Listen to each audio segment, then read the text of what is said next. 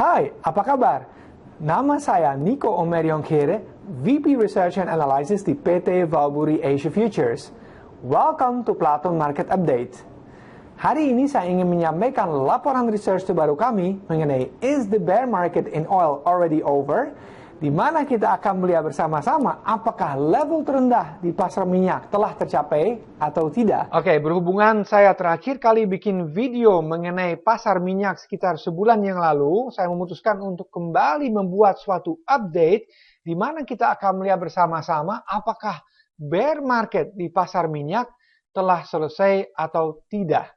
Nah, kalau kita melihat slide pertama dengan grafik mengenai harga minyak atau pergerakannya, kita melihat bahwa belakangan ini terjadi rally yang luar biasa besarnya, di mana harga minyak itu naik 47% hanya dalam 20 hari saja. Namun, saya melihat ada sesuatu yang menarik di sini, di mana kenaikan sekarang itu mirip sekali dengan pergerakan harga di antara bulan Maret hingga bulan Juni, di mana juga terjadi rally sebesar 41%, lalu harganya konsolidasi beberapa pekan berturut-turut, dan pada akhirnya anjlok lagi sebesar 38% dan sekaligus mencapai level yang lebih rendah ketimbang sebelumnya di sini.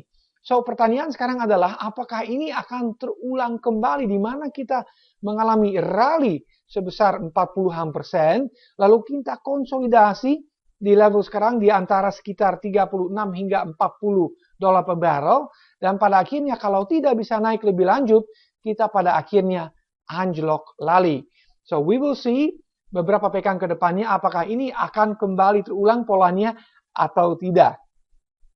Lalu kita melihat juga di slide ini bahwa udah beberapa kali orang atau lembaga tertentu mencoba mengatakan bahwa low-nya telah tercapai. Tapi setiap kali mengatakan hal tersebut, ternyata setelah itu terjadi low yang baru lagi. Dan terakhir kita melihat di International Energy Agency terakhir kali mengatakan oil prices may have bottomed out. Artinya, mereka mengatakan bahwa kemungkinan besar harga minyak telah mencapai level terendahnya. Menurut saya tidak demikian, karena probabilitasnya bahwa low-nya belum tercapai masih cukup besar. Ya, kita akan melihat nanti dalam slide-slide berikutnya kenapa demikian.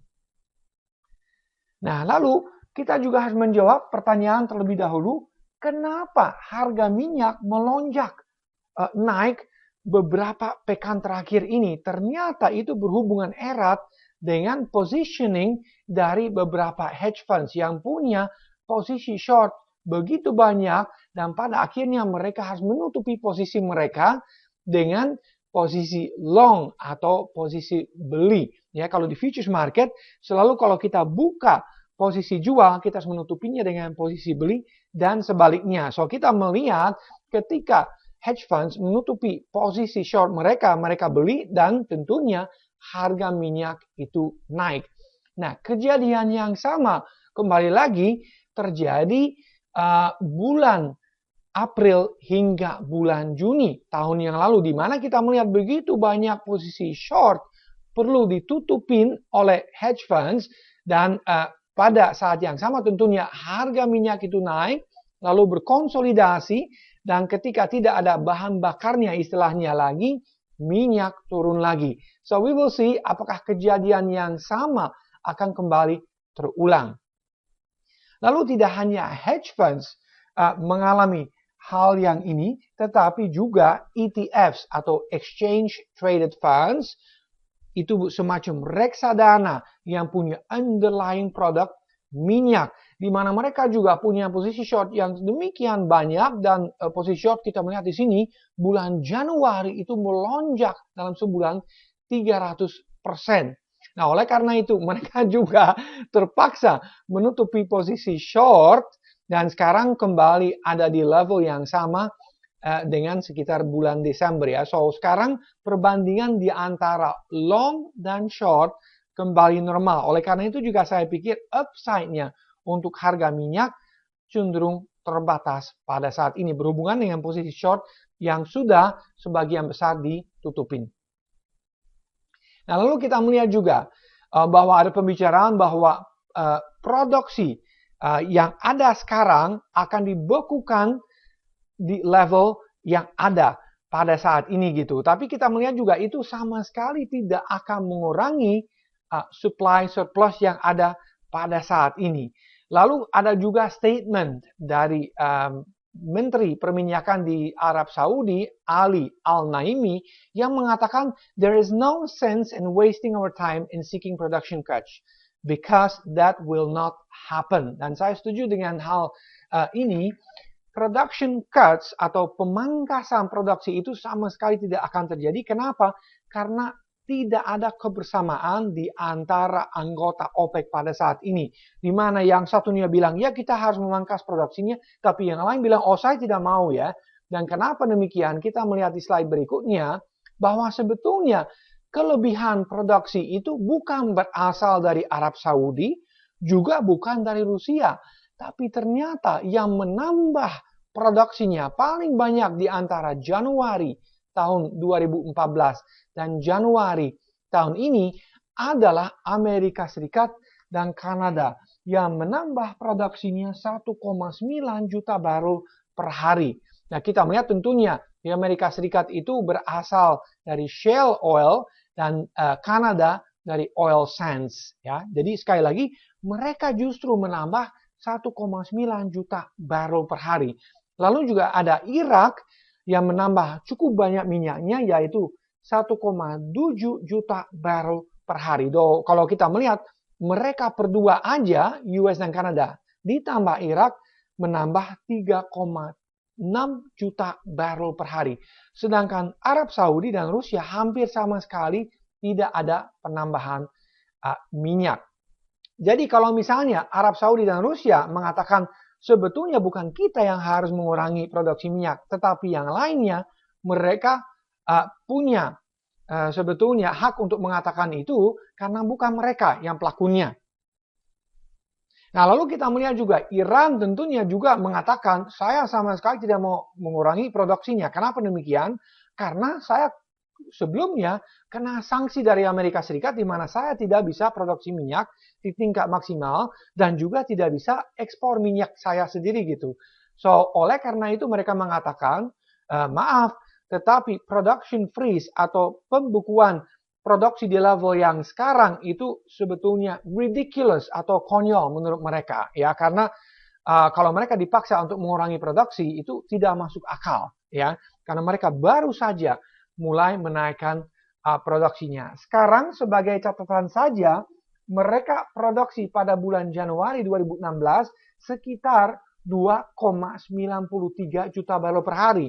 Dan mereka mengatakan kita mau menaikkannya lagi sekitar 1 juta barrel per hari sampai mencapai 4 juta barrel per hari. Baru mungkin kita akan mempertimbangkan untuk membekukan produksi di level yang tersebut.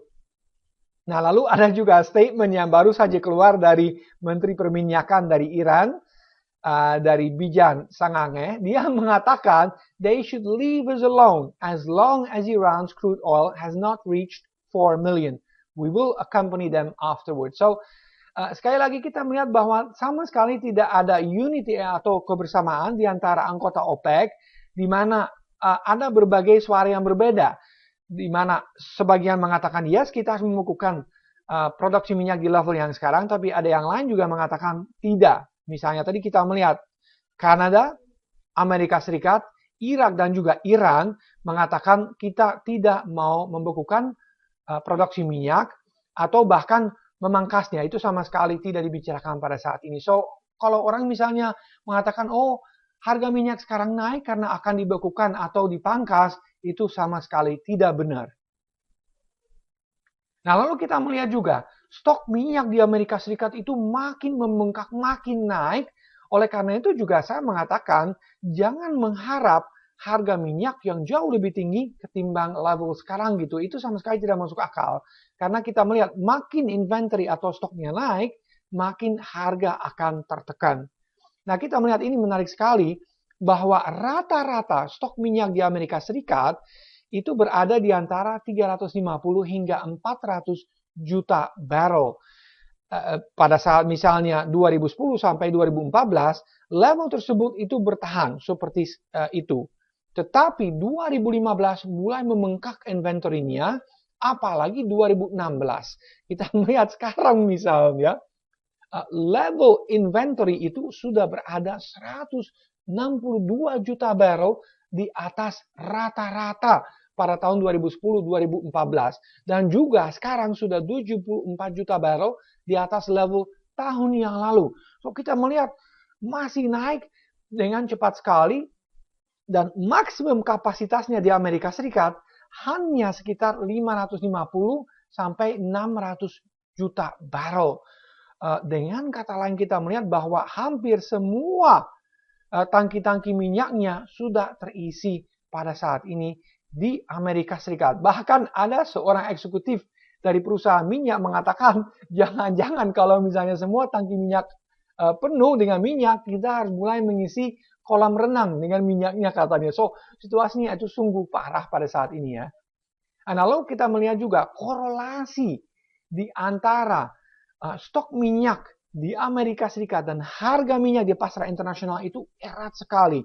So, makin tinggi stok minyak, makin rendah harga minyaknya. Dan itu berlaku kalau misalnya kapasitasnya sudah melebihi 80% dari semua tangki-tangki minyaknya terisi, itu biasanya harga minyak itu jatuh dengan cepatnya. Dan kita melihat sekarang, Cushing inventory ditambah Gulf Coast inventory itu sudah penuh sekitar 90% pada saat kita bicara.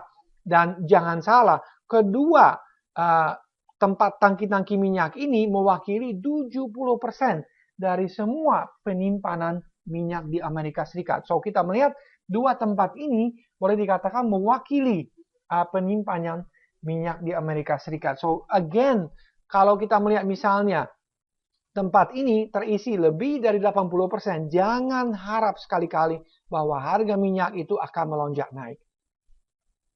Dan ini juga sesuatu yang menggelikan. Saya ketemu juga kemarin chart ini gitu, di mana kita melihat biasanya kargo atau pengiriman minyak dari Timur Tengah itu biasanya lewat Suez Canal di Mesir itu.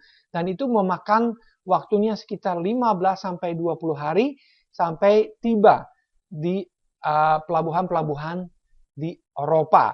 Tapi sekarang sengaja, ya sekali lagi sengaja mereka mengalihkan pengiriman ini melewati Cape of Agulhas di Afrika Selatan dan memakan waktunya ini perjalanannya sekitar 30-40 hari atau 2 kali lipat biasanya. Kenapa demikian? Karena mereka mau mencuri waktu. Karena di sini banyak sekali tempat-tempat penyimpanan minyak juga itu sudah penuh. Oleh karena itu, Eropa mengatakan, please, jangan kirim minyak pada saat ini karena kita memang tidak bisa menyimpannya. Ya, so, oleh karena itu, mereka mencuri waktu dan mengirim minyak jauh lebih lambat lewat Afrika Selatannya ketimbang lewat Mesir. Nah, lalu kalau kita melihat teknikal, ini juga sesuatu chart yang menunjukkan trennya dengan jelas sekali, di mana downtrendnya itu pada saat ini sebetulnya masih berlaku karena kita melihat lower highs di sini atau level tertinggi yang lebih rendah dan juga lower lows atau level terendah yang lebih rendah pada saat ini. Ini juga polanya kalau kita melihat dengan seksama itu pola sebetulnya falling wedge. Nah, ini implikasinya pada akhirnya memang sangat-sangat bullish. Namun selama kita tidak memecahkan resistance di sini, kita masih cenderung bearish. Lalu kita melihat lebih dekat, kita melihat di sini baru saja terbentuk semacam double top di sekitar $39 per barrel. Oleh karena itu juga saya pikir kemungkinan sekali lagi bahan bakarnya tanda kutipnya itu habis dan kita akan cenderung tersendat di level sekarang dan pada akhirnya turun lagi. Dan seperti Anda bisa melihat di chart ini panahnya, kita akan cenderung konsolidasi di antara resistance dan supportnya. Dan belum saya melihat breakout ke atasnya selama oversupply itu masih berlangsung terus. Ya, so apakah kita masih akan mencapai level terendah yang lebih rendah? Saya pikir probabilitasnya kalau kita melihat pada saat ini masih cukup besar. So bear market juga sekaligus boleh kita katakan bahwa belum selesai.